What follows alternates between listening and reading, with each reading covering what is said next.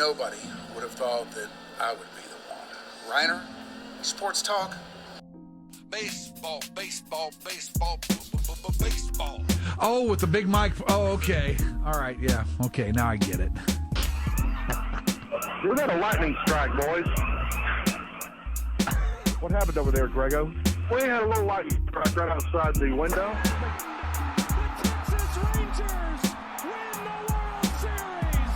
All right. Here's a tip for all these Americano League teams. Wait, you said tip? Yeah, tip. Okay. With a P. Keep jamming. The ticket, colon, nothing but a big Gen X jerk-off sale.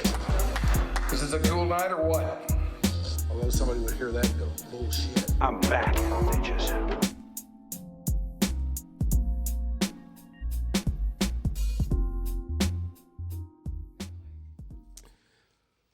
All right, we figured out that some of us have had multiple phone numbers over the years.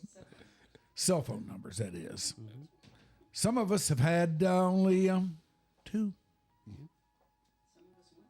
Yeah, I think pretty much all of us are in the one phone number club except for you. That I am? I'm the only Right? one? Oh, you've had. Okay, I'm sorry. Oh. I've only had two. Yeah, that's what I'm saying. I don't know why I started this thing that It way. doesn't matter. Can we start over again? Take two. Okay. All right. This is awesome. All right. Well, hi to the Live at 5 Club. Glad you're with us. It is your Dark Companion. This is episode number 188. In honor of Michael Irvin. Yes, we're commemorating Mike today. This whole conversation started with Michael Irvin. Yes. This is the 14th of January, if you were keeping count of that, as I always insist on, because I don't want some guy saying to me, well, man, you didn't even know that happened. Because they always will. Has that happened once? What? Has that happened once? Yes, it has. Really? Okay. Yes. More than once. Okay, I thought this was you being like precautionary and No, well, yeah, it is me being precautionary, but I've been ass kicked into a precautionary state silly. Fair enough. because it actually happened. This is the best. Best part of the We day. have a second timer with us today, and the reason we have him, I mean, not that we need one, but the reason we have him is because he is connected with an event that is growing more and more seminal to our fair burg every year. Yes, Good Lord. 20 of them. Yeah, my back creaked. That being DIFF, also known as the Dallas International Film Festival. Last year, thought he was number one, a hell of a guy. Number two, he had the film thing down, and he had it down cold.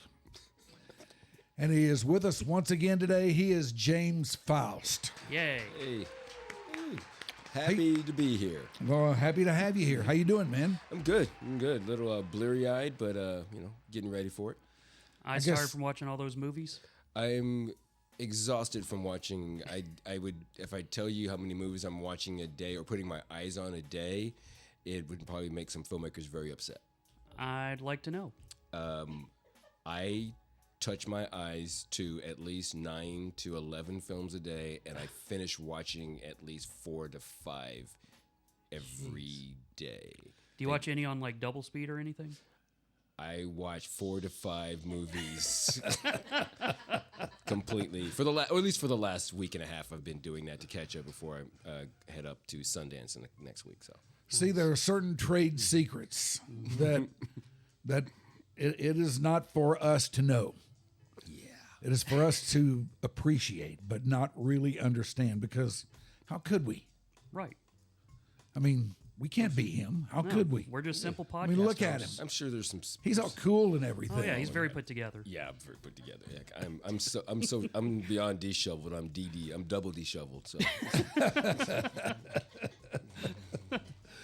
Well, I guess this is about the time that you start ramping up for it. Yeah. Pretty seriously, right? Yeah. We have our first deadline since this is live, which is cool. We have our first deadline on Friday for the films, and we're in the thousands of films submitted right now, and I'm literally watching all the feature films and documentary films every day of the week, getting ready for set up for the 20th annual festival coming up in April.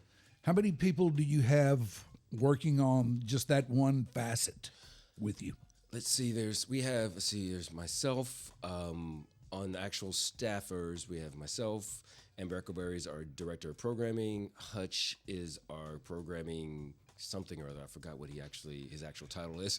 He's going to kill me for that. And then our international programmer, Oscar Topete, and then we have a programming coordinator that we just brought in, Carla.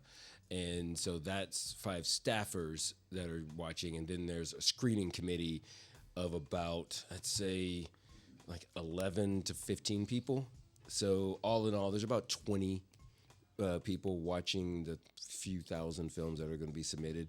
So, yeah, the shorts are the worst because there's the most films that get submitted, short films, and so I feel bad for them because they're watching probably 2,000 films. I like shorts. Yeah, you're wearing them. Damn right. So, Short pants, short films. That's what he's all about. Short stature. No waiting, just get right into it. No, Yeah. How many buckets of popcorn do y'all go through a year? Not many. Okay. Not many. Our CEO Beth, she loves popcorn, but the rest of us are drinking. And Nice. just That kind and of crew. candy, drinking and candy. It's like, what do you got? Just give me all the chocolate and crap. It's a lot to get through. I don't eat a lot of popcorn at home. Only in the movies. Okay. I hardly ever eat Yeah, popcorn me at too. home. Yeah, You know, I never have it around here, but I go to a movie and I got to have it. gotta have it no Yeah. matter what. Yeah. Well, I may have it, but I never eat it.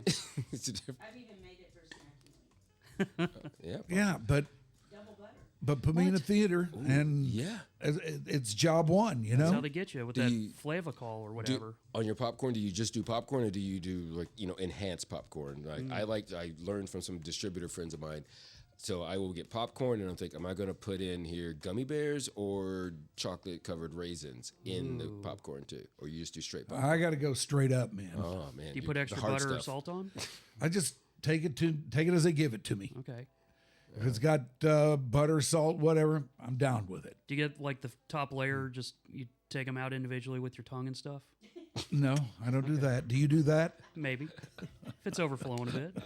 If it's too big, you have to do that. You're walking Yeah. there, you got a drink in your hand, you got a popcorn, you can't do anything. You Yeah, gotta- you gonna do? You it's a spill it all delicate over? balancing yeah, act. Right. You snake some of that popcorn. Damn right. But most of the time, not always, but most of the time, I can get from concession to seat without making a mess. That's good. most of the time. And whenever I can get from one place to the other without making a mess, that's a good thing for a guy It's a like win-win. me. So you guys are hard at it, huh? Yeah. Yeah, we are knee deep in, there's a lot going into the 20th anniversary festival. We are just, there's so many moving parts and things that are happening that I can't talk about just yet, but talking to celebrities that we are trying to get some back, bringing people back that have been here with us for 20 years. And some people actually from the festival for this was the Deep Ellum Film Festival, and we've contacted some people that have gone on to do great things that were a part of that. And so we are real close on a couple of really famous folks that will show up and say, hi, thanks for doing this for 20 years. Is there any one particular film that you've seen that you're really high on and but may not be terribly well known, but you can't wait to show it at the film festival so the masses can see it? I'm hunting a film that I saw at Toronto that I think is one of the best films I've seen this year. It's called Tuner, and it stars Dustin Hoffman, and I can't think of the What? What happened? The hell? is going What? on. He said tutor. That's so messed up. I forgot who else did it. Dustin Anyway, Hoffman. Yeah, Dustin Hoffman. And this other kid, I can't think of his name. He's a really good-looking kid. He was in the movie Nuremberg, and they play their piano tuners in the New York area. And Dustin is sort of really old and runs a company, and the kid is the young, but he's a former superstar piano player, and he has lost his perfect hearing. He has perfect pitch, but so he has to wear headphones because too much sound drives. He's got this ear problem, but he can tune the piano and hear something and play it. And it's a fascinating story. And he gets to a point where he needs money to help out Dustin Hoffman, or he's gonna break his legs, and so he gets into the mob and starts safe cracking as well as tuning pianos at the same time. Dang. It is a Man, this sounds fantastic. It is one of the best movies I've seen, and it's a new company that picked it up called Row K, and so they are. I know it's playing at Sundance next week or in a couple weeks, but after that, I'm hoping to bring it to Dallas because it is one of the best films I've seen in about 2 years. Hell of a cast too. Like you said, like Russell Crowe, Rami Malek. I'm guessing Leo Woodall is the Yeah. Wait a minute, Russell Crowe's the not pianist? in it. Wrong movie. Nuremberg. No, Nuremberg is the movie. Tuner's movie I'm talking Oh, about. well, screw me. Yeah, Leo That Woodall. makes way more sense. Yeah, I was saying Russell Crowe. I would remember Russell Crowe in I was this gonna movie. say. There should have been like Yeah. no. The mafia is all like, they're all Persian. And I think I said that right. It still says Leo Woodall. Yeah, Leo Woodall is in there. Okay, yeah. Dustin Hoffman, Jean Reno. Okay. Yeah, Jean Reno. Yeah, he is Jean Reno. freaking awesome.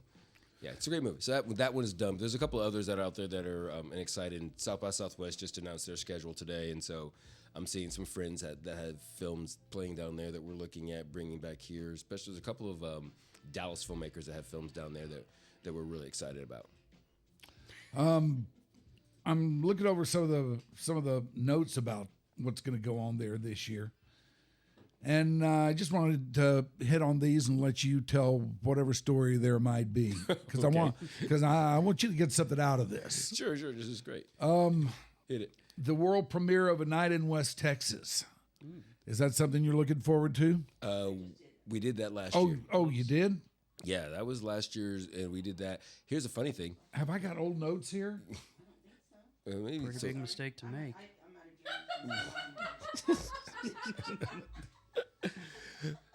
Night in West Texas was last year. The irony is, 8 days ago we did do a screening of that at the Texas Theater as a replay screening. So that was probably that.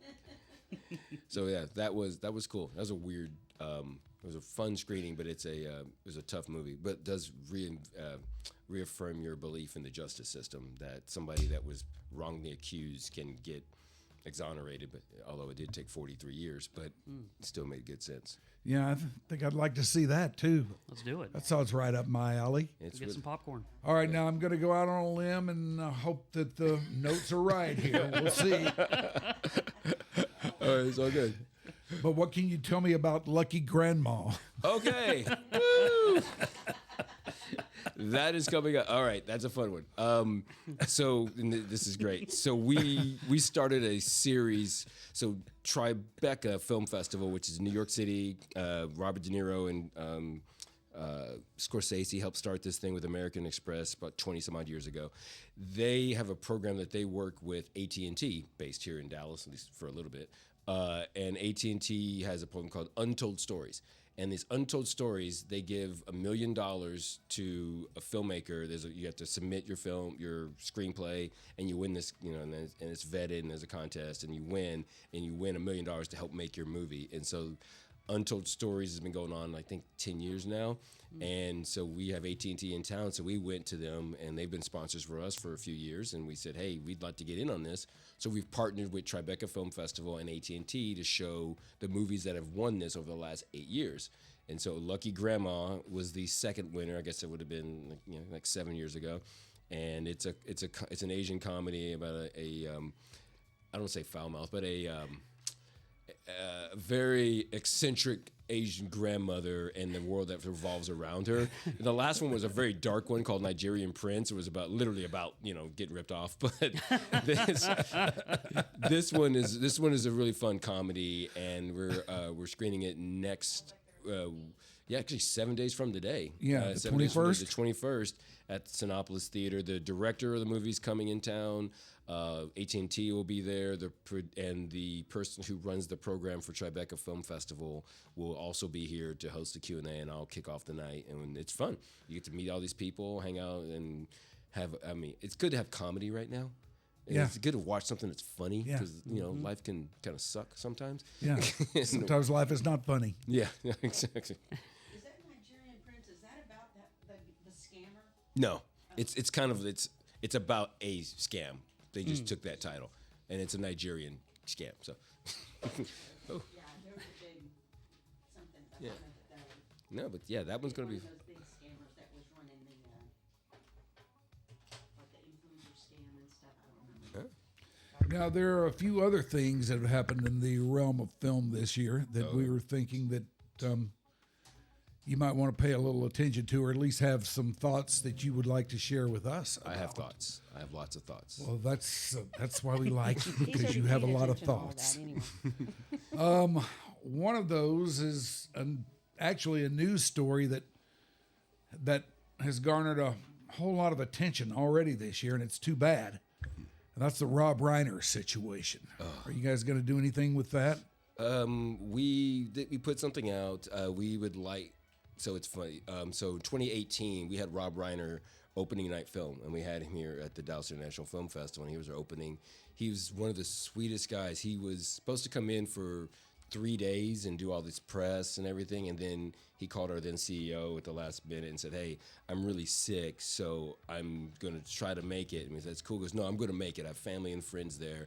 So he had a high temperature, wasn't feeling very well, but he sucked it up, and he came out, and he had all this stuff planned. He goes, "I'm going to do 2 things because otherwise I'm going to pass out." And he came out, did the intro, and then he's decided to stay out and do more, and he took pictures and hung out with the people at the red carpet. And he talked to everybody who would want to talk to him. He was just the nicest, just coolest guy and just a travesty what happened to him. Yeah, we may or may not do some sort of retro thing as soon as, it's weird because there are rights to the films that he's done.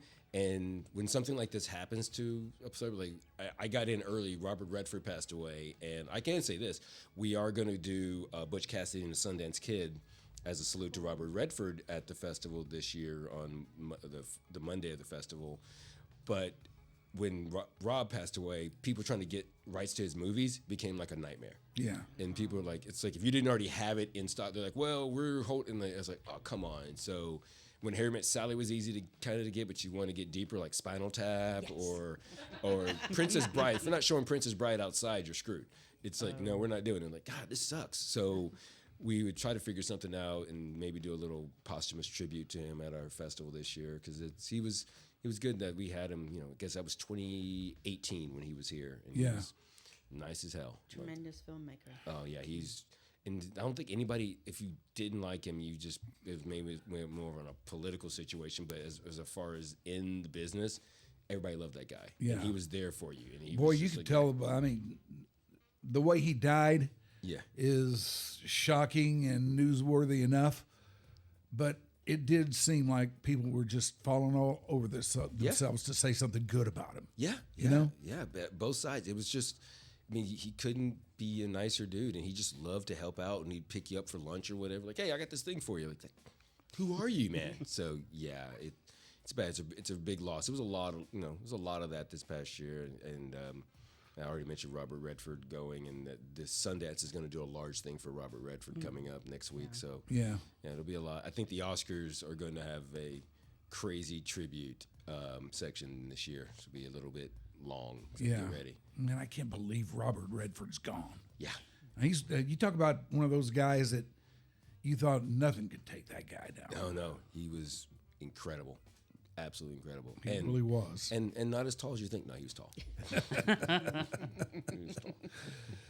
So, did something go on with you guys in Landman? Yeah, well, sort of. I was invited in a spirit of non-competitiveness. The Fort Worth Film Commission invited folks from the Dallas Film Commission and Dallas International Film Festival to the premiere of the season 2. And that was really cool. We got to go out there, got to watch the red carpet, sit with the folks, see Billy Bob Thornton and others up on stage talking about the show. And what I did know, I'd never watched the show. Have you watched the show? I don't. I've tried. I've watched. I've gotten a little bit into the second season. Okay. It's pretty. It's entertaining to me, but it's kind of fallen off. I feel like at the second season, it's so over the Texas top at times, and I'm thinking I guess so. So I had never watched it, so I started backtracked after the first. I watched season 2, episode 1 at the screening, And I thought it was kind of neat. It's like, oh, cool. This is really interesting. What I didn't know, as I'm a huge Texas Tech fan and tech grad, how much Texas Tech was in it. I said, well, crap, I got to go back and watch all of this. So I started watching it. I'm like, this is really cool. And then I realized, then the daughter goes to TCU. I'm like, oh, Kai, come on. This is like, keep wearing the hat though, bro. Keep wearing the hat though. Yeah, So- Billy Bob driving from Midland to Fort Worth like every day. Yeah. And back. Yeah, it's like, What a beating. oh, shoot. Uh-oh. This is not good. I'm sorry. We okay? Yeah, we're good. Okay. Sorry. I've had so many people tell me that I need to get into Landman. I've tried numerous times, and I haven't made it past midway through the episode 2 of the first season. I mean, Billy Bob's a fun actor, character. There's something there, and Taylor Sheridan does a really good job with the scripting and all that, but it Yeah, I'm has sure kind of it's- become every episode feels like it's kind of become a repeat of the same idea and plot and all that. I'm sure it's great. I just keep waiting for it to grab me, and it just doesn't. You ever had that happen to you? Oh, yeah, all the time. Every damn day. About 6 times a day, I start watching a movie and going, you know what? Somebody needs to finish this because this might not be my cup of tea. I think time it'd be to really cool to delegate. get you on Landman in a scene with Demi Moore. Because that would be your fun. 2 voices together would be like the raspiest, coolest thing in the world. All right. Let's make that work. Everybody be taking water just to take a drink. I don't know. I got to drink after this. It's all cool. If it'll speed up the process, I'll go a whole week without drinking anything. I'm surprised. Yeah, you should get on that show. We should get on that show. I mean, you're a legend, so it makes sense. They were Taylor Sheridan. He shoots a lot. They shot some of that here. Season 2, there's scenes that are taking place in Dallas, and he does a lot of things that he can't do. He does a lot of things in Dallas that he can't do in Fort Worth from a cityscape. Like today, I hope I'm not breaking any NDAs, but I know that the new Lioness, his other shows, they were shooting today in Dallas. And I know that a couple weeks ago, Michelle Pfeiffer was here for some show of his in Dallas as well, over by the, what's the really cool hotel, starts with an S. Oh, shoot. Sheridan. Statler? Yes. Nice. Wow, that's cool. I'm smart. Good job. Statler. Yeah, she was at the Statler doing something, eating pizza across the street. Downtown? The Yeah. Statler downtown? Yeah. Wow. That's Yeah, the so only there's one. so they're shooting a lot of that stuff over here in Dallas, and our film commission does a great job of trying to promote. Hey, Yeah, you can they- shoot all kinds of stuff. They faked New York here. Yes, they faked Chicago one day and shut down Uptown. Yeah, Yeah, that That was makes a no weird sense. thing. No. I can see certain parts of New York, uptown, like with the brownstone situation in Uptown. I could see that being, but that ain't Chicago. No. Well, they say Uptown, but it was really closer to Booker T. It wasn't like on that side. The other end. The other Yeah, end. it was on the then other that side. then that is Chicago. Yeah. A little more war torn over there. So what do you think of Netflix House? Oh, have you been? Yes. Yeah, we have. I went the day I went on like a friends and family thing. My wife and I went, and it was it's a big money grab, but cool. If you're into the shows, I don't watch enough of the Netflix shows, so I was a little off on a lot of like Stranger Things is my jam. That was cool, so I was good. I didn't get a chance to go through the hour-long heartbreaking thing that might kill you. Apparently, they actually have a thing like this. Might if you have a heart condition, and I'm like, okay, that's a threat. But we did do a lot of the video games. I did buy a bunch of stuff. I bought stuff from shows I didn't even know what they were. But I think it's cool. It just seems like less of a theme park and more of a giant store. Yeah. With a bar with very expensive drinks. Yeah. I They're mean, good just- drinks. Yeah, but when I guess our bartender was just having a mood because it was a friends and family day and things were free, and he's like, "Here's your drink," and it kind of sloshed on us. And I went, "Hey man," and then you're after that time you have to pay $18. I go for that sloshed ass drink. Nah, dude. They do have a really cool. They have, and I don't know if Granger's into Legos, but they have their likes own Legos. exclusive Legos. Oh, snap. Yeah. That's good to know. Well, there's so many things to do in that place, and my wife excelled at a football throwing game. I Did not do well at the pull-up game, which I felt bad, so I went immediately to start working out after that.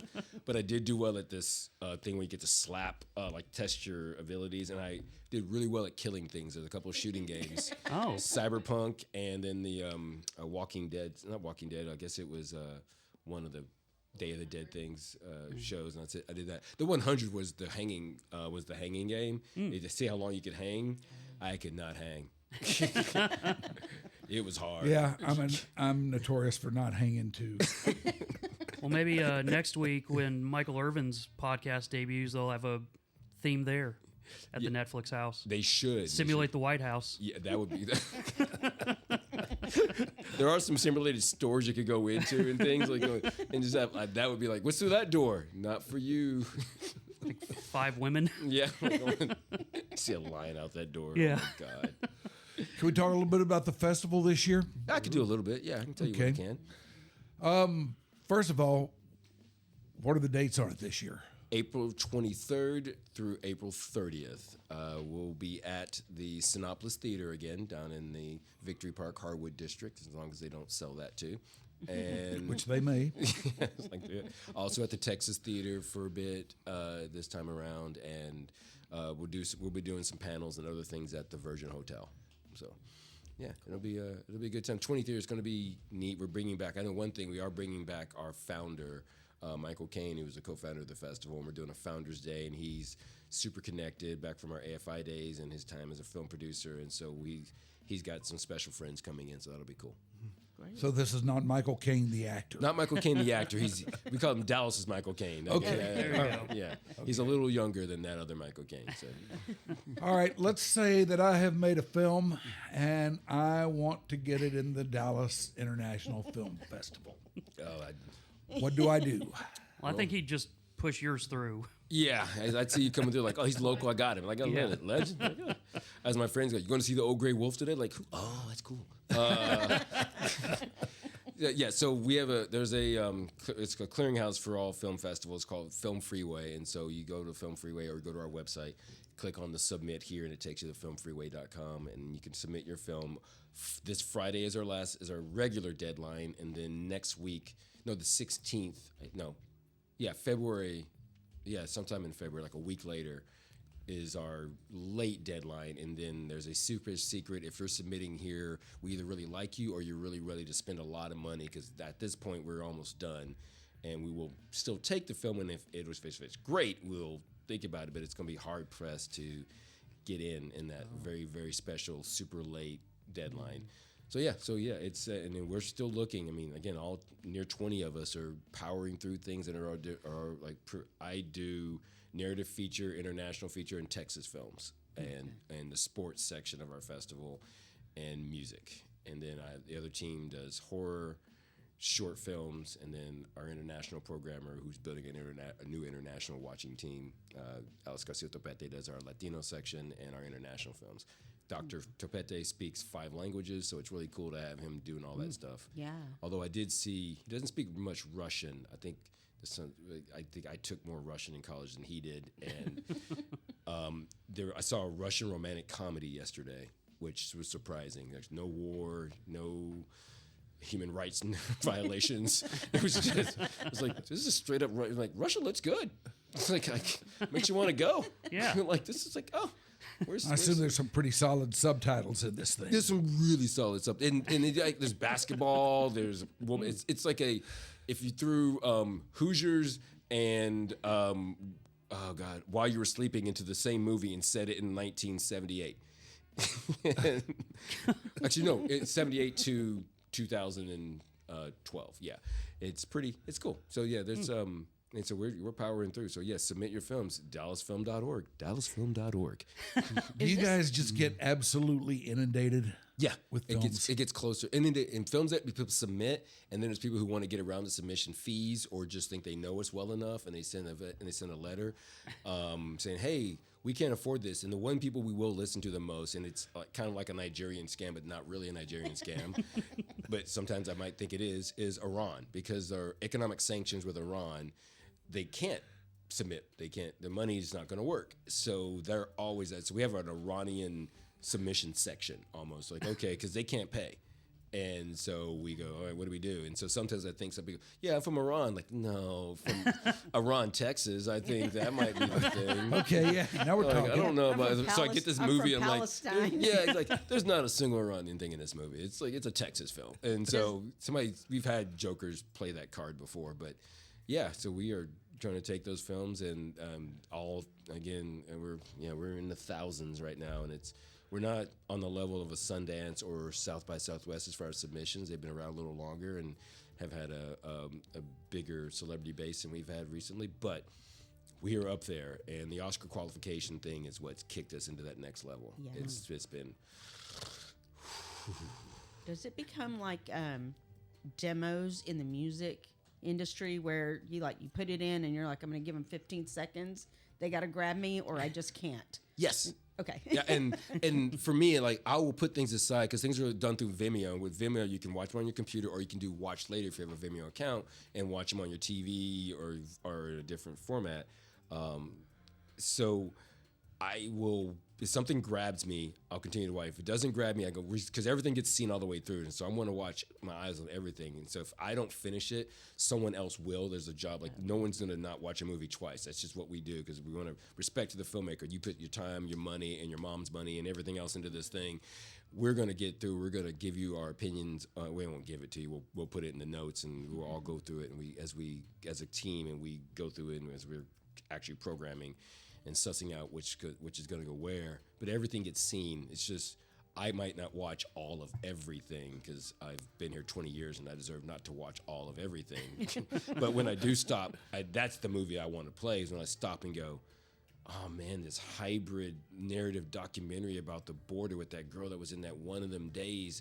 That is an awesome freaking movie, and that's a real movie. It's called Valentina, and it's fantastic, and it's funny. Oh, wow. And again, I'm on a funny kick. So right now, your question, or how do you get your film in there? Make a damn good comedy, because I want to make people laugh. I mean, I'm watching Russian romantic comedies for crying out loud. For a new filmmaker who's not terribly well known. Mm-hmm. I guess a film this film festival and others, is that like their one big shot, or I mean, how do those guys keep moving up the food chain? I guess is what I'm asking. Well, if they don't get into like the big ones, and I say the big ones being like Toronto, Cannes, Sundance, and to some extent, and it's less of like it's less new films. I say Telluride in a point. AFI Fest, not really either anymore. And then South by is all about new cinema. That's like they're really about let's get new, but sometimes new directors. Yeah, that's your way in to get an audience. But the model has changed with streamers and YouTube. It's not your only way in. It is a definite way in to get an audience to build something, so people go, oh, that played there, and you become this film festival circuit. Put it in perspective. Sundance had, I think they got 12,000 shorts submitted in 2025 for the 2025 festival. They showed 61. Wow. I mean, from a feature, so I think they had like maybe 9,000 features. They showed, I think, 75, maybe 100. That's a very low ratio. It's a low ratio. We're of our submissions, we're probably taking 8% of the films that are submitted to us are making the festival. 8 to 10%. Damn. Short wise, that's for features. 8 to 10 for features. Shorts is probably up in the, I'd say like 25, 35% of the shorts that are submitted. But again, the shorts are twice, if not triple, the amount of feature films that are submitted to us. So yeah, as a young up-and-coming filmmaker, that is a good way to go. It's just hard to get into those big ones. Somebody like DIFF, which we're considered a large regional in a major market, so we get the press and we get that notoriety. And so a distributor, if that's still the model that they're looking at, will go, oh, you played the Dallas International Film Festival and you did well there. That's pretty cool. That's something we can get into. That means they look at us as a, how would I say this? An eclectic, elevated middle of the country. So we're like normal people with college degrees. Yeah. So that's those are very solid people. yes. So they look at that like that's something they could probably sell if something works here in Texas, especially in Dallas, which is one of the I think we're top 3 movie market in the country, if not top 2. This is James Faust. As you can tell, we like him. He's the artistic director of the Dallas International Film Festival, and we'll have a little bit more with James momentarily here.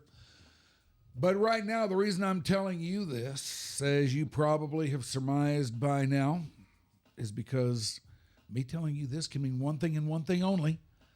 That being that it's time for the dreaded and feared mid-show read.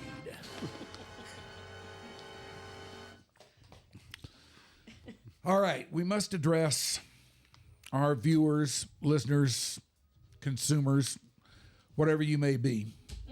If you are walking around this world in a certain bit of pain, then we want to talk to you because you probably, number one, would like to get rid of that pain, and we probably, number two, maybe have something here that can help you out if you will give it a try.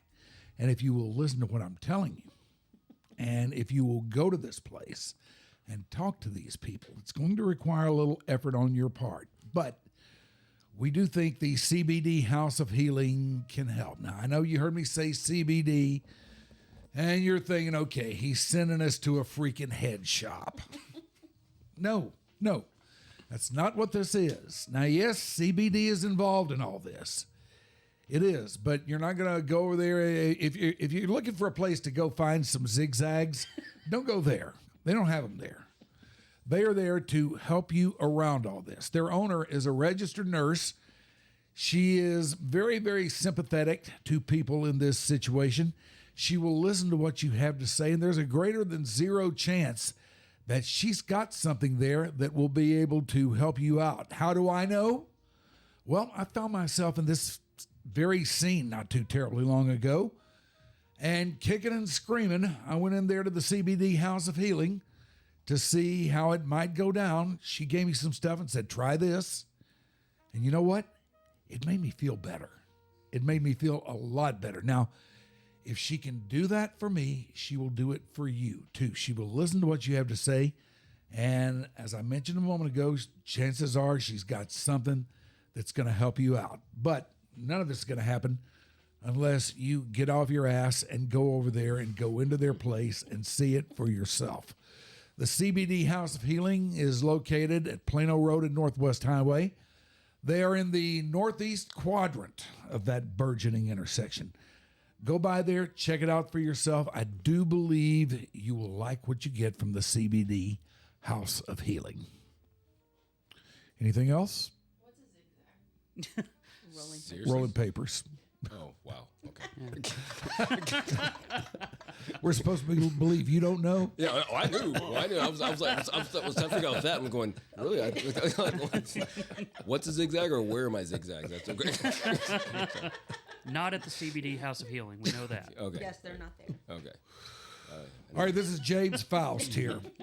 That was awesome. He is, in addition to being a hell of a guy and a funny guy, the artistic director at the Dallas International Film Festival, which is coming up here. Have we mentioned dates on this thing yet? Yeah, it didn't help to mention them again. The 20th anniversary of the Dallas International Film Festival will be April 23rd through April 30th, 2026. Get your passes are on sale right now, dallasfilm.org or diffdallas.org. We have a lot of websites. Do you like websites? Yes. Nice. I love websites. I absolutely Do you? love websites. Sure. Yeah. I'm on one right now. All right, let's look at this from the point of view of the filmmaker. Okay. For a guy like this, a guy that's been on the grind in this thing for years and years, has tried to get his films shown at the Dallas International Film Festival and some of these others as well. Is getting your film accepted and getting it shown, I mean, that's got to be huge for these guys. It is. I mean, you put a lot of effort into this. Like I have a formula I tell people sometimes, and when you don't get in and you think you should, to a festival. Effort does not equal quality. Your mom is not your best friend in this situation. And so something like, just because they said it was great doesn't mean it was great. But when you get an supposedly unbiased opinion from a film festival, whether it's ours or Oak Cliff Film Festival here in town or whomever, the Asian Film Festival, Dallas, South by Sundance, that is something that is sort of this validation of, I hate to say it, but it's a validation of your effort and work that you put in, blood, sweat, tears, time, money, just, lack of, destroying families. I mean, it's crazy what it goes into making a movie. You did a radio show for years. It's difficult to. That sounds like our podcast.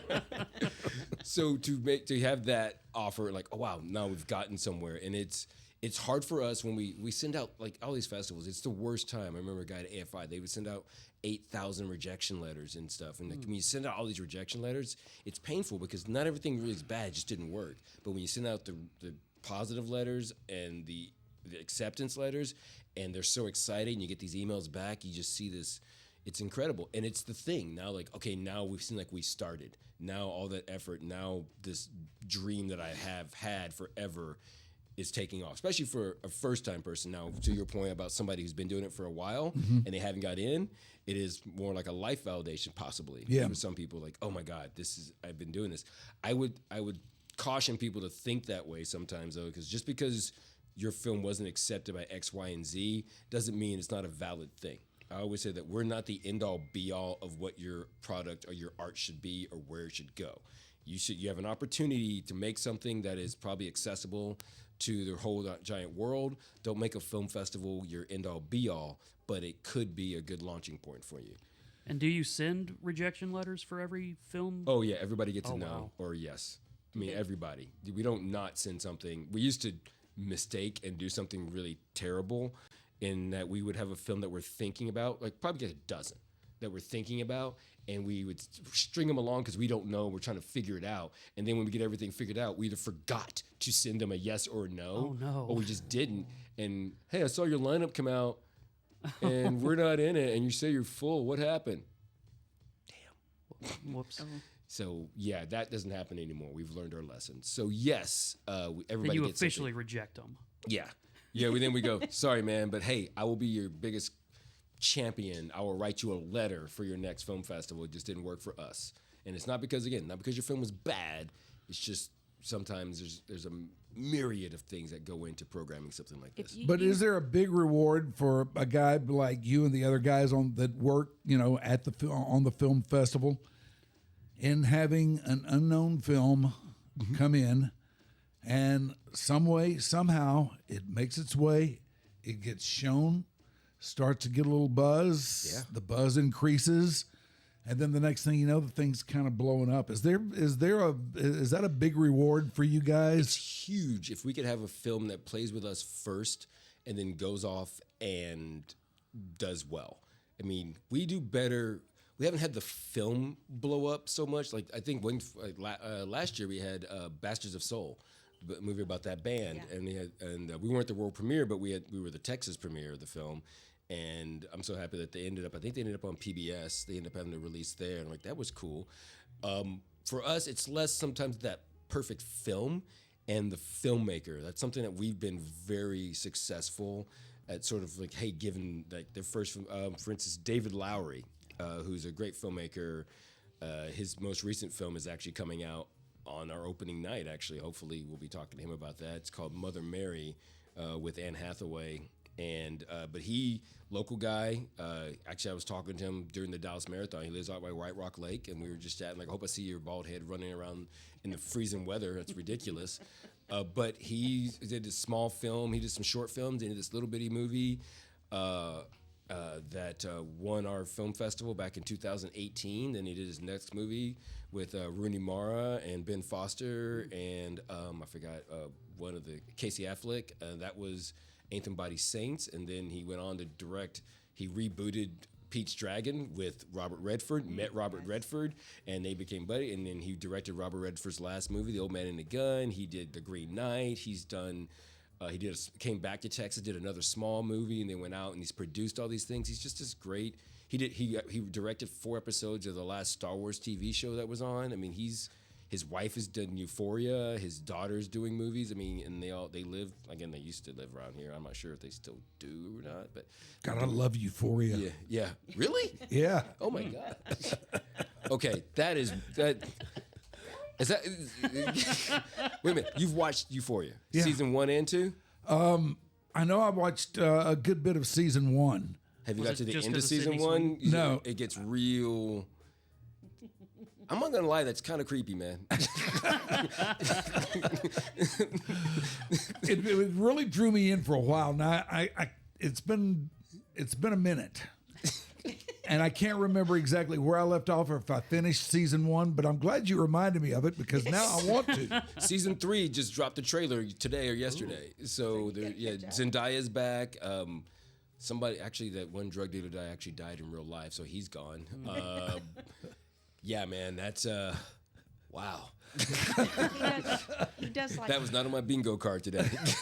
very odd and I very can't believe dark. this. Odd and dark will catch you. Yeah, He loves White Lotus. Never misses Oh, that. White that Lotus. Kind of like he's Yeah, I like the White Lotus. Patrick Schwarzenegger. Yeah. I've only seen the first season of White Lotus. I didn't watch the others, so I'm down with checking out that one. No, yeah, wow, that's cool. But he hasn't watched Spinal Tap but Yeah. he has not seen Spinal Tap. Or Empire Strikes Back.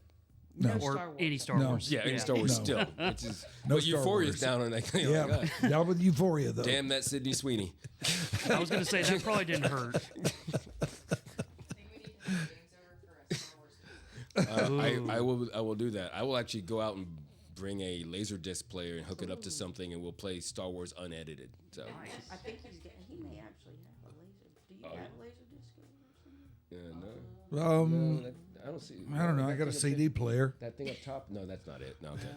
No, I got a guy with that. So yeah. So because you can't find Star Wars the original cut anywhere except for unless you have an old videotape, a very rare DVD, or it's on Laserdisc. You got the VHSs? Nice. Yeah, because they changed a very important thing in the first movie that they've never let go. Which, There's a place in this world for the VHS. okay. I still have Remember VHS that. Player. Yeah, I still have VHS. Yeah, I do too. let's do it. What do did they too. change on the Star Wars? Greedo shooting first. So they in the original thing when Han and Greedo are in the cantina and he sits down and blah blah blah blah blah and he's like, Greedo, I was gonna play Jabba in a minute. And in the original movie, Han shoots first, and then the re-release, Han, it's I think there were 2 edits if I'm not mistaken. Then this first one, Greedo pulls out his gun and shoots, and then they edit it where Han shoots in retaliation because a good guy, even though Han's a sort of anti-hero in a way, but a better anti-hero, shouldn't shoot first, but he does because he's a freaking mercenary, and that's what he does. That's how badass he is. So they re-edit it, and then they edit it again where there's almost simultaneous shooting. Like, no, Han shoot. There's T-shirts in the world that say Han shot first, Yeah. and so that's probably one of the biggest issues in that. Okay. Other than that, so yeah. So go back in. I don't think even Lucas not owning Star Wars anymore. I don't think they're ever going to change that. So I am down with watching a Laserdisc or a VHS of this movie anytime, ever again. Well, sorry to spoil that for you, Shoopy. Oh well. All good. He won't remember by the time we watch it No, Fair. I okay. won't. because it's going to take a while to get him bullied Oh, into it. definitely. Yeah. So now when I say you here, I'm speaking of the royal you. Oh. You and all of your colleagues. Do you guys run into a lot of films that the consensus seems to be that this is a good film, but for whatever reason, it just doesn't have that thing that draws people in? Do you know what I mean? Yeah, like so like critically acclaimed but not popular. Yeah. It just doesn't seem to connect with the much. masses as well as you think it might. 50 to 60% of every Oscar-nominated film is that way. Yeah. I mean, it just is, and then it's funny because it's like giving it a chance, and like I don't know because they're usually headier themes. Like I think I went on here last year and trashed Nora. Anora. Nora's a different thing. Nora's a really good restaurant somewhere. Anora, and I said, yeah, it's not my favorite movie, but it was also people. I remember my in-laws who were in their 80s watching, and my wife's like, I can't believe they're watching Anora. Like there is so much sex in that movie. They're gonna turn that thing off in 45 minutes because those 45 minutes is just nothing but just humping. and and it's a loud and bombastic thing, and I thought, man, this is not going to go over well with the masses, and it did well in streaming, but it didn't do well in the box office, and that was another. So that happens. I mean, Yeah. a couple of years ago, there was a Korean film that won the Oscar back in 2022, and it was a really great, heady, smart film about class and everything, and same thing, Parasite, and it was one of those things that did not do a great box. It's hard to equate that box office, so much so that the Golden Globes actually have a section, and the Oscars did a few years ago, called Box Office Success. Now, I think that's going to be different this year because we've got great things like One Battle After Another, which cost like almost $200 million, but it made like $400 million worldwide. Or Sinners, which was also a really fun movie that cost, it was a good ROI for Warner Brothers, and it's made, hundreds of millions of dollars on less than I don't think it cost more than $100 million to make. And so those, I think we're kind of meeting in the middle. I think Hollywood and people are learning, like, oh yeah. So I'm looking at the films that were winning. Yeah, like One Battle After Another won. I go, yeah, that's good. That's a crowd pleaser. Yeah. I mean, it's got. I don't know if you haven't seen that. No, I haven't. No, I haven't seen that. You have? No, I haven't. Okay. I haven't. Well, I'll just tell you right now. It's 3 hours long. It has optimal popcorn and probably the second best, if not the best, performance by Sean Penn in the history of his entire illustrious career. Wow. He's amazing in it, and it's worth it. So That's saying something. yeah, it's really good. And Paul Thomas Anderson has done a lot of great things. He's just never won. I mean, Boogie Nights and the Master, and just a ton of great stuff. And he's just never won. Licorice Pizza, and what was the big one? The Texas one. Oh, There Will Be Blood. That was him as well. He's just never won an Oscar, and it's time. That was a great movie, too. It's time. So was Boogie Nights. Yeah, Boogie Nights. All right, let me turn that equation around now. Okay. Are there films that might not really connect with you, yet once they get out there, they blow up like crazy? Yeah, a lot. It's surprising when we turn down a movie and we see it go somewhere else, or does really well, or things that we watch. We do a lot of screenings year round, and we see things like, that's be good for the fans. I don't think it'll do well, but we'll just give something weird for people to watch. And like, yeah, it's a shocker when it happens. And I don't want to name movies because there's studios out there that go, I heard what you said, but Smart. but there are quite a few films, and one thing that we hold very dear is, yes, we have an idea as a programming staff and as an organization, things that we want to show, and then we have our personal loves. I'm a big Star Wars sci-fi action guy and comedy, and that's not everybody's cup of tea. So we always know that we know that there are things out there that are still good but not be good to us. And we go, we should show that. That's not my thing. That's why I turn movies over to people all the time, because I go, I might not be into that, but I have these people that are in this horror stuff that will like that dismembering rabbit movie, which is pretty cool. So, although that was a good movie, it was really cool. It's pretty funny. Forgot the name of the movie now, but it's really cool. It's about the monster under the bed, and God, the hell was it called? It was a really funny movie. And this rabbit monster, no one believes it's under the bed. It just can't. Anyway, funny stuff. So yeah, that happens quite a bit. Dust Bunny. It's called Dust Bunny. Yes. Yeah, that was a funny movie that I thought, there's no one gonna like this. It's crazy. And No, that was a good movie. so anyway, monsters killing people from under the bed. All right, now here's a lightning round for you. Oh, here we go. In your time in this role, what's your favorite film to play at the Dallas International Film Festival? In 20 years, I would. All right, this is selfish. That's what I want. I want selfish. The Dirk Nowitzki story. We had the U.S. premiere of the documentary on Dirk, and I'm an MFL bit. I used to have, my dad worked for back he was alive, and he worked for the Dallas Times-Herald in the collections department, and he would get obstructed seats through them, and so we would go to the Reunion Arena, and I've been watching the Mavs since 1980, and having that documentary play at the festival was like the highlight of my 20 years. I think it was 2015 when we did it. And it was just fan-freaking-tastic, because it was like we had the most press we ever had come in because people came in from all over. Dirk he's an international superstar, and so we had press. Our press people were like, we've got people from Germany, Pakistan. Everybody wants to come to the festival. They came in for the premiere of this movie, and so it wasn't just Dirk. It was every ex-coach. I mean, I'm like, oh my God, Nelly! It was just this insane amount of people that came in for this movie, and we took over the Angelica. So Dallas has 8 screens. We had that movie on 6 of the 8 screens. And at one time on it was a Wednesday, and we just took it over from 6 o'clock. We just ran the movie every 30 minutes, starting at 6 o'clock on every screen. And Dirk was the kindest dude. And he went to every screen with me to do an intro in every one of them. And the Q&A was only in the one with Cubes, because he's like, I'm only doing one Q&A. Cool, we'll do that one.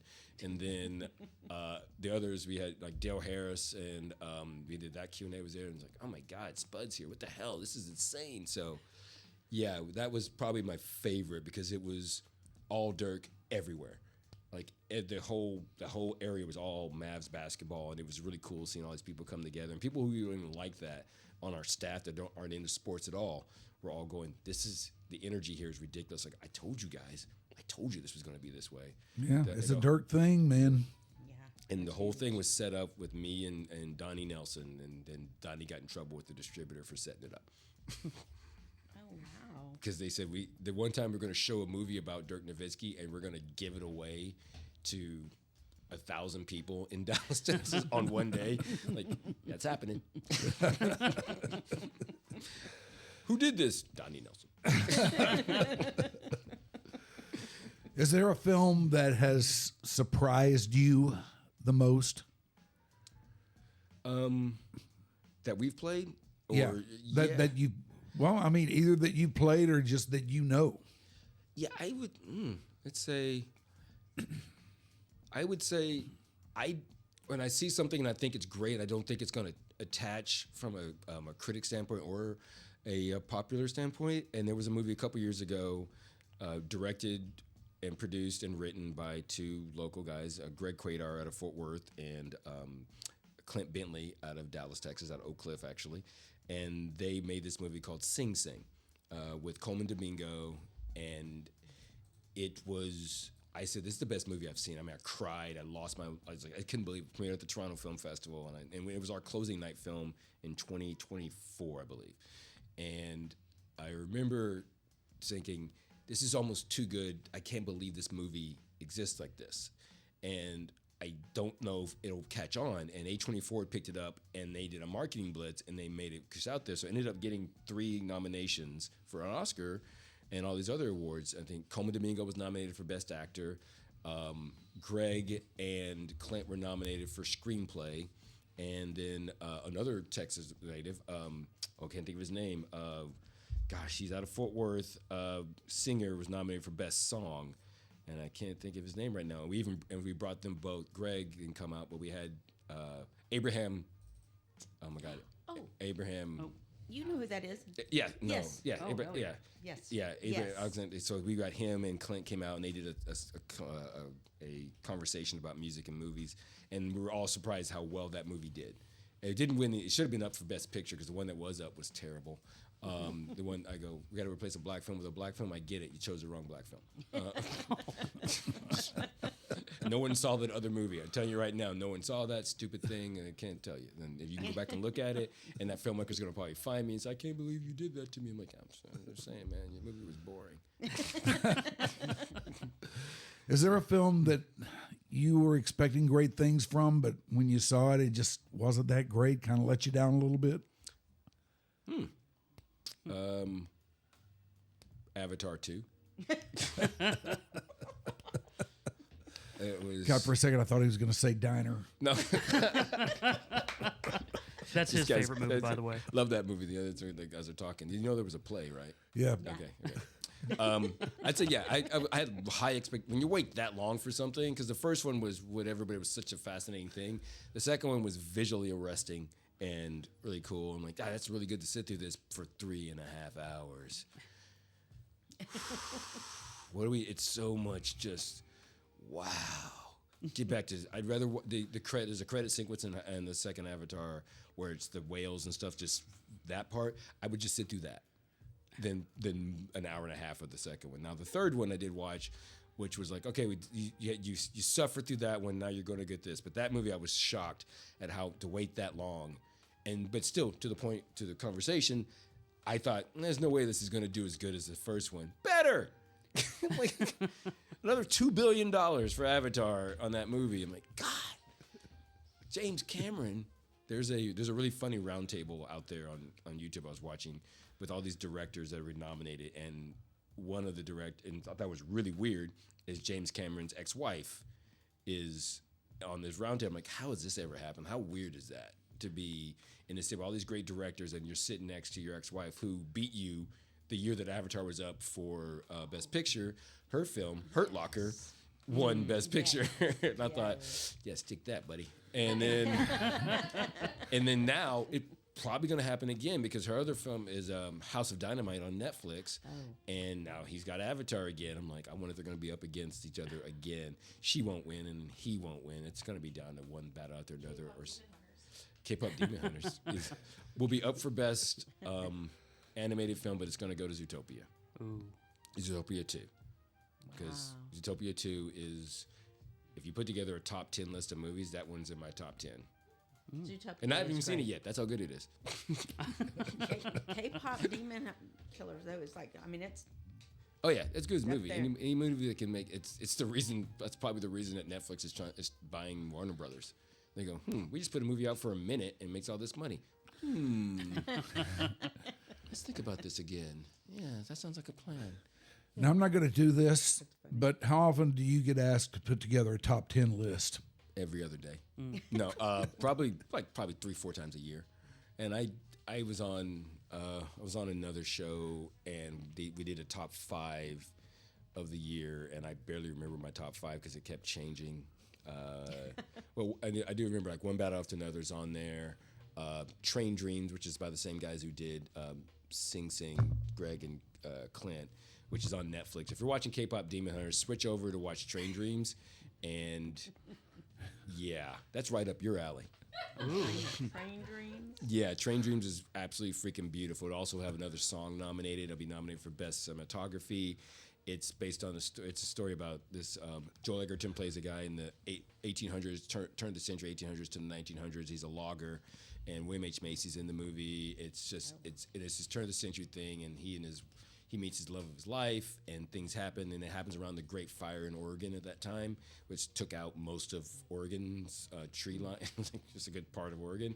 And so it's like a rebuilding story, and it serves about the American West and the Far West. And it's, I mean, people that hardest people I know are crying at that movie going, my God, it's the life-affirming greatest thing I've ever seen. So, yeah, that's in my top 5 for the year. In my 5A, there was a movie, it's an Iranian movie. It was just an accident, which is getting a lot of love. It'll probably win Best Picture, if not Secret Agent, which I haven't seen. And what was the other thing I really loved? I have Superman on my list. It was my 5A. I can't remember what my 5 was. Superman, I mean, it's the 4th highest grossing movie, if not 3rd highest grossing domestic movie right now. And it was just a ray of sunshine in an otherwise what felt like a sort of a dark and heavy, the continual brutal news cycle that they beat you over the head with, and then you go see Superman, and he's all about doing the right thing, and he's going to do the right thing if it kills him or if it kills you even. So yeah, That's why he's Superman. That's why he's like Superman. Superman. You can't beat the Boy Scout, and so I really my heady friends like, how can you like that? You're a film festival guy, dude.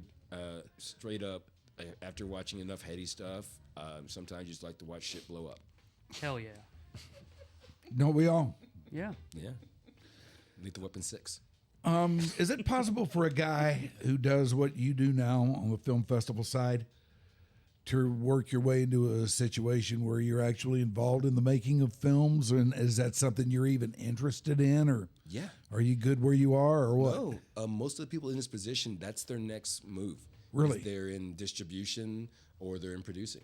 I mean, there was a guy who's at Matt Dentler. I remember this kid 25 years ago was an intern / volunteer / worked at South by Southwest, helped us get passes. I think he's like second or third over at iTunes now.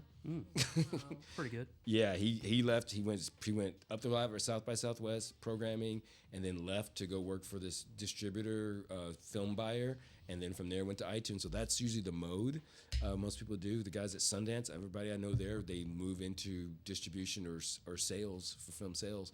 I am an executive producer on 2 docs that are trying to raise money right now. One's a Dallas-based story. It took place in my hometown of Grand Prairie in Arlington, and another one is I can't talk about that one because I'll get in trouble. But it's another Dallas story that I'm involved in. But yeah, I like Dallas stories. Oh no, this one. He's Mr. Dallas. Yeah, no, this one's cool. Remember when the Wax Museum burned down in the 80s? Yes. Yeah, this is about what actually happened and the story of the woman who was killed involving that. Oh. I was just talking to Signal 51 about that.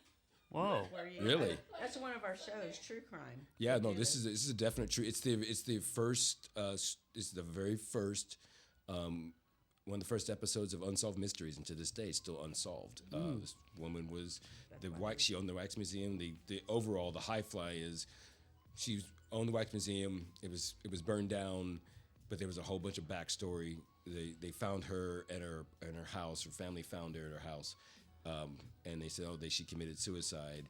They looked it up, and they just before they finished back when toxicology wasn't a thing, and they discovered that somebody had poisoned her NyQuil. So that opens up a whole ball of wax. One, you knew that she took NyQuil to go to sleep. She wasn't sick. She just did it to go to sleep. Who got close enough to do that? And so then it opens up this whole realm of whodunits. And the family's out of Highland Park, and they had stuff at Dallas. The Dallas Country Club people involved. It was just this crazy story. Crossover guest.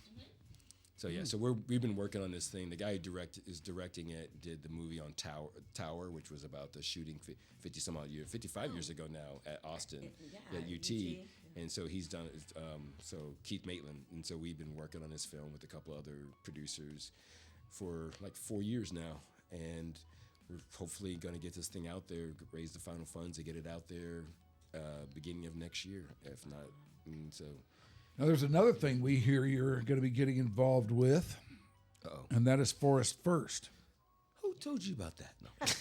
No. We have ways. That's all that's going on around the Forest Theater. Elizabeth Wadley is a friend of the podcast. She's been on a couple times with us. We had Nigel X on. Oh, Nigel. Yeah. He's awesome. He's amazing. He's got a lot of words.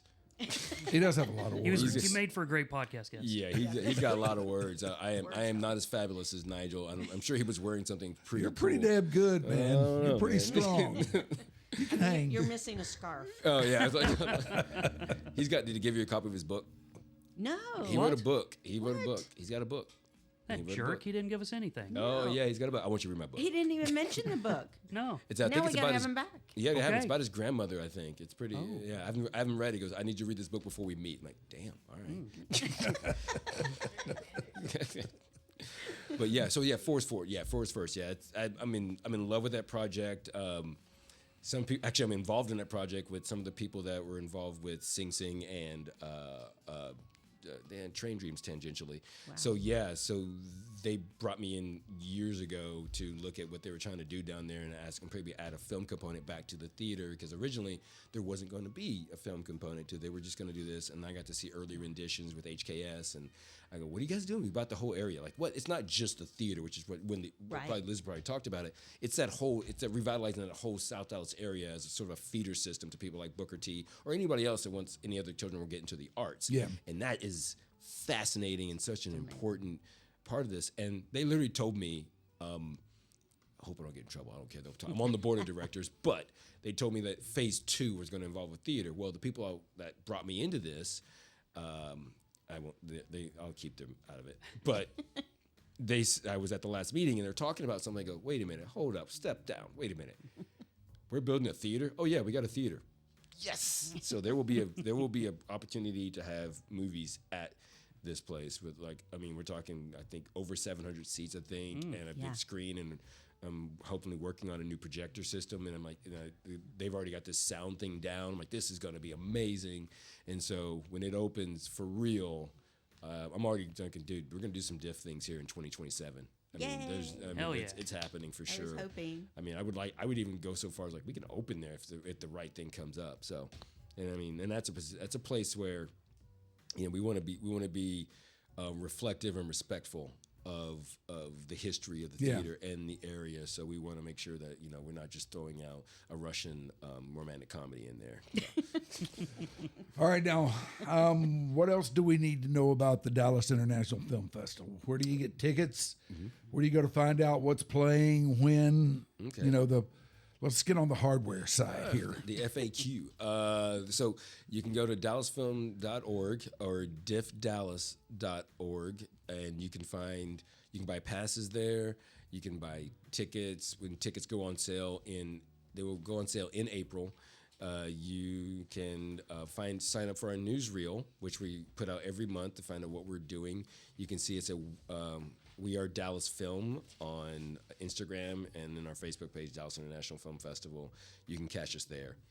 And you can all sign up, and we have things happening literally, like tonight. When I leave here, I'm going to a mixer. We do a monthly mixer, and I'll be going to, we have 300 people signed up to come out from the film industry or meet other film people and hang out at the Virgin Hotel. And then in a couple of weeks, we'll have another screening of a new movie that is a Sam Rockwell film. We'll be doing that coming up in a couple of weeks, and after that we'll have another mixer and another screening, and then the festival comes up, and I'm already tired just thinking about it. And You guys have stuff going year round. yeah, we're year round. And The only time we actually slow down is probably in the summer. Violet Crown thing. We wanted to talk to you about the Violet Crown screening you all did. So you did a series last year with them, something of just special, like just one little series of screenings or something, but yet they had the silent film.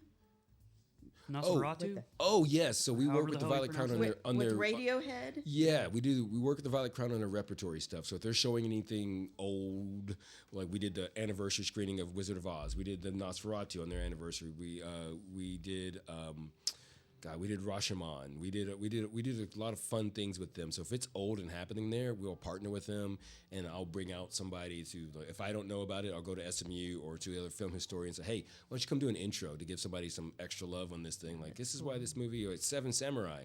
Here's an hour. Here's 5 minutes on the Seven Samurai that you didn't know about. Oh, that's really cool. And then you watch Seven Samurai. So Have you seen the original Seven Samurai? Yeah, It's a great film. it's amazing. It's long.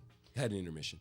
It's very very long, and Yeah. Had I like two. films with intermissions. Then you're gonna. had two when I watched it at home. Oh my god. 3.5 hours. Yeah, there's like there's a In 13-minute. Japanese. Yes. But you'll look at it and think this movie is really great, and it's a lot of killing. So you'll like it. Cool. It's like Star Wars without robots. All right, April 23rd through April 30th, the Yes. dates for the Dallas International Film Festival 2026 at Sinopolis Luxury Cinemas at Victory Park. That is the place. That's us. This is the guy. He is James Faust. You're a trip, man. Okay, I gotta ask one more question. Oh wait, but the music was playing. I was playing off. That was your applause. They'll come okay. back. They'll come back. Y'all calm down. Okay. So was the alert that went off on your phone your puppies? No. You didn't get an alert and your puppies were doing anything? No. I got to see your puppies on your little camera before. Oh, you did? And Grubes has his puppies on camera too. Damn right. No, they're fine. They're fine. Wife, actually, one of our dogs is we just tore a ligament, and so we have to keep her off of stuff. So make sure she doesn't jump on things. She hates being on a leash in the backyard. But thank you. But no, not this time. Actually, but maybe double check. 'Cause nothing's wrong. Nope, I'm just supposed to pick up some fresh mint on the way home. Okay, we're good. All right. Nice. There you go. You got your marching orders. We will turn you loose so you can go get that fresh mint. Thank you, James Faust. We always love having you on, man. You're a trip. Thank you for having me. I love being here. It's great You're stuff. a trip, and you're a real font of information as well. I'm a font. All right, that is it for your Dark Companion for today. And remember, if you like what we're doing out there, we would appreciate it if you would share us. Get us out there. Get us on Facebook. Get us on Twitter. Tell your friends. Tell your friend about Your Dark Companion. Tell a friend about YDC. Get them on board. Thanks for watching. Thanks to Shoopy. Thanks to Ashley. Thanks to the great James Faust. We will see you next time. Bye. Thanks, Becca.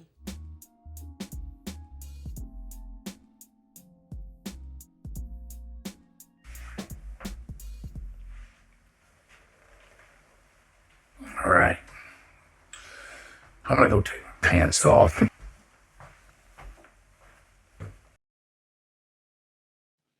Your Dark Companion is a Stolen Water Media presentation.